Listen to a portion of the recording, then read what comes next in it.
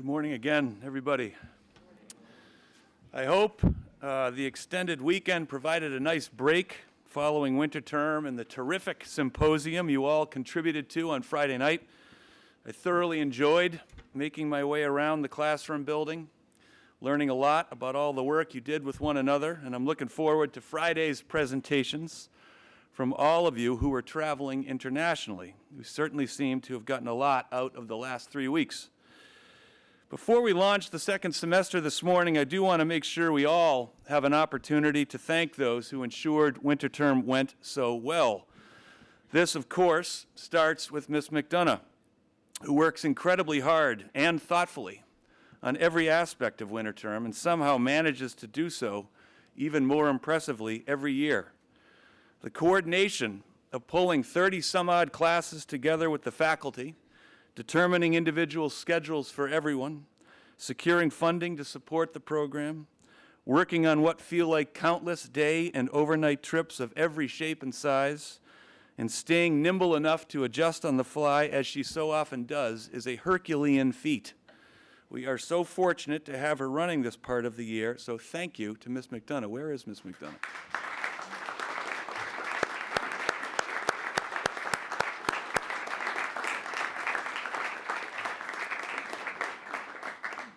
I also want to thank my colleagues for pouring themselves into courses they conceive and execute upon in the midst of everything else they do over the course of the school year.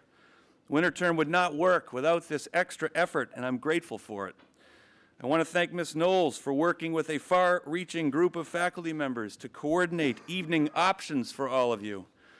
And I'd also like to thank Reverend Afori, our DEI prefects, and our beloved community ambassadors for organizing and contributing to an especially memorable celebration in honor of Dr. Martin Luther King, Jr.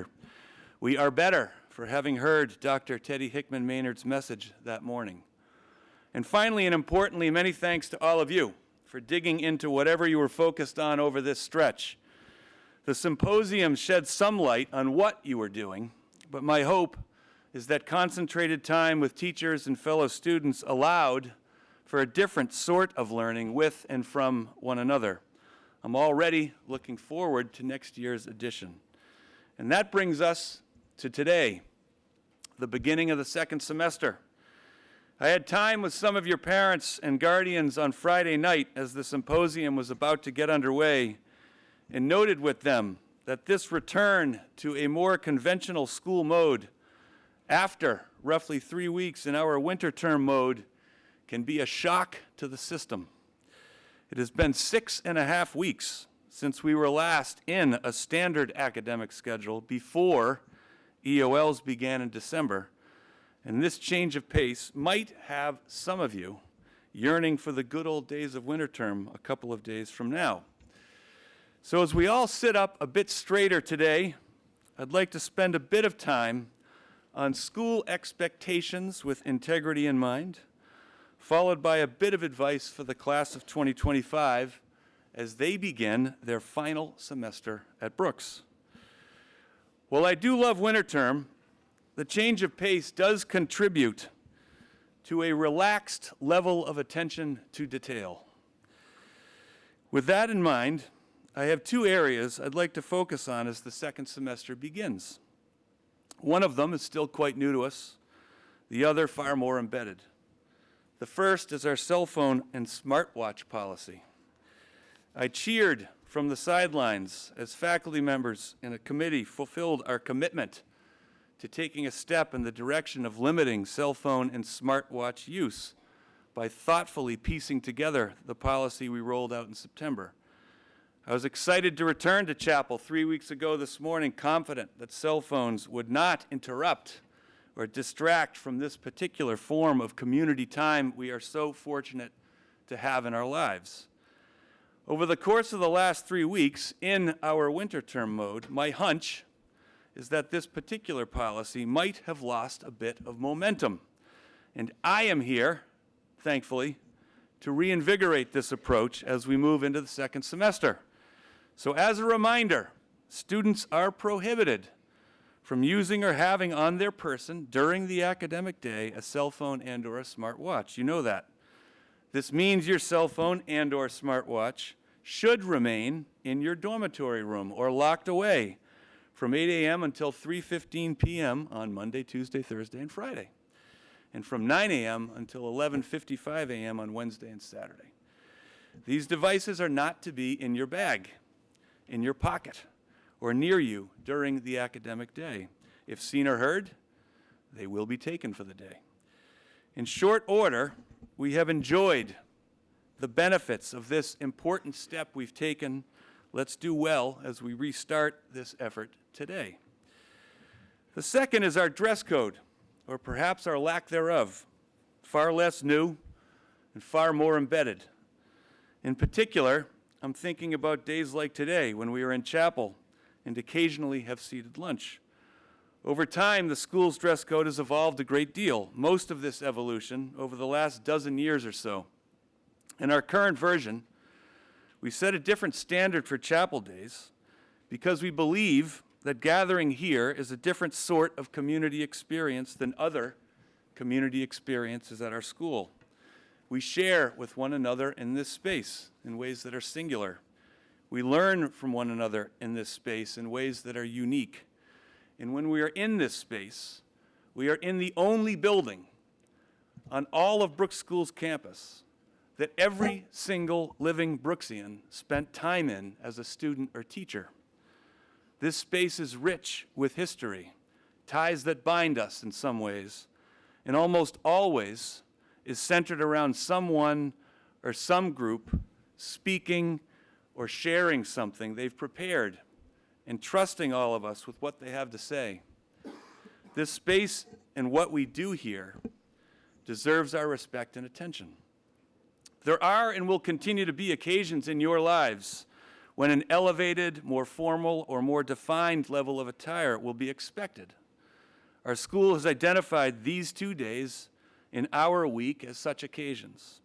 And choosing to be part of this community, as we all do, means we agree to do our best to comply with this expectation and many others. It doesn't mean we can't question the expectation or seek to improve it. And in fact, lots of students and colleagues have done just that over time. It doesn't mean we won't make honest mistakes with our attire. So to clarify, in order to avoid honest mistakes, one has the following options on chapel days if you weren't aware.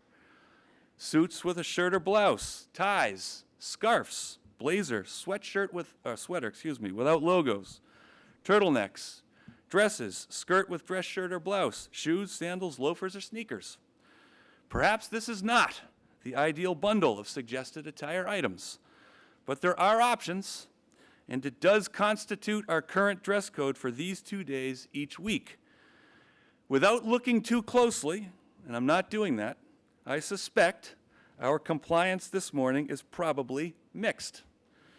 So moving forward, we're going to do 2 things at once as this semester gets underway. First, we are going to find a way to pay closer attention to our attire on these 2 days in particular. And second, we're going to think about our current set of expectations for these 2 days with an eye on potential adjustments that make sense and realize a standard that time spent in this space and on these days deserves, and that we will comply with at a higher percentage. What does integrity have to do with all of this, you wonder? Well, if the school indicates it has a policy or a code or a protocol or a practice, and it does not engage in trying to maintain that standard, its integrity is compromised. We are a bit less than what we say we are in that case. And then for all of us individually, if we make conscious decisions to ignore cell phone policies and dress code expectations, our own integrity is compromised. We are being a bit less than we say we will be in those cases. So with integrity in our sights and cell phones and dress codes as part of our lives, I'm looking forward to our doing well and better with who we say we are as this semester takes shape. Finally, this is the beginning of the final semester for the class of 2025. 124 days to go until Prize Day on June 1st. There will certainly be lots of openings between now and then for all of them to be with one another, with their school, and engaged in so much they have poured themselves into while here. Yet I also know the time will move quickly, and the likelihood of all of them being together in the same place at the same time after June 1st is low. Life gets busy. So in the spirit of maximizing what still remains, in the spirit of having no regrets, I encourage you, all in the class of 2025, to resist the temptation to race through the balance of the winter and spring, to resist turning to what will be the next step in your life before it actually arrives, to be fully here and engaged with people who matter to you and at a place that cares about you. Spend some time off Main Street exploring the beauty of this campus on your own and with friends. Take it all in when you do, because the physical beauty of this place will only grow in your mind over time. Make sure you take it with you. Think about the people who have mattered to you during these years, the people who have helped move you from where you were to where you are. Make sure those people who have been there for you through it all know who they are. Don't leave that to chance. Don't underestimate, even for a second, how much the relationships you have forged here matter to others, not just to you. Don't leave words left unsaid. Some number of years ago, an alum who graduated around the time I started as head of school wrote to me to catch up, and he was recalling his years on campus in nostalgic ways. He finished by writing, and I quote, "I always find myself wandering the campus in my mind." I wish all of you in this terrific class of 2025 a finish befitting what you have put into this experience. I also wish you 124 days of experiences still to come that will hold and have you wandering the campus in your mind many years from now. Have a great start to the second semester. Thank you.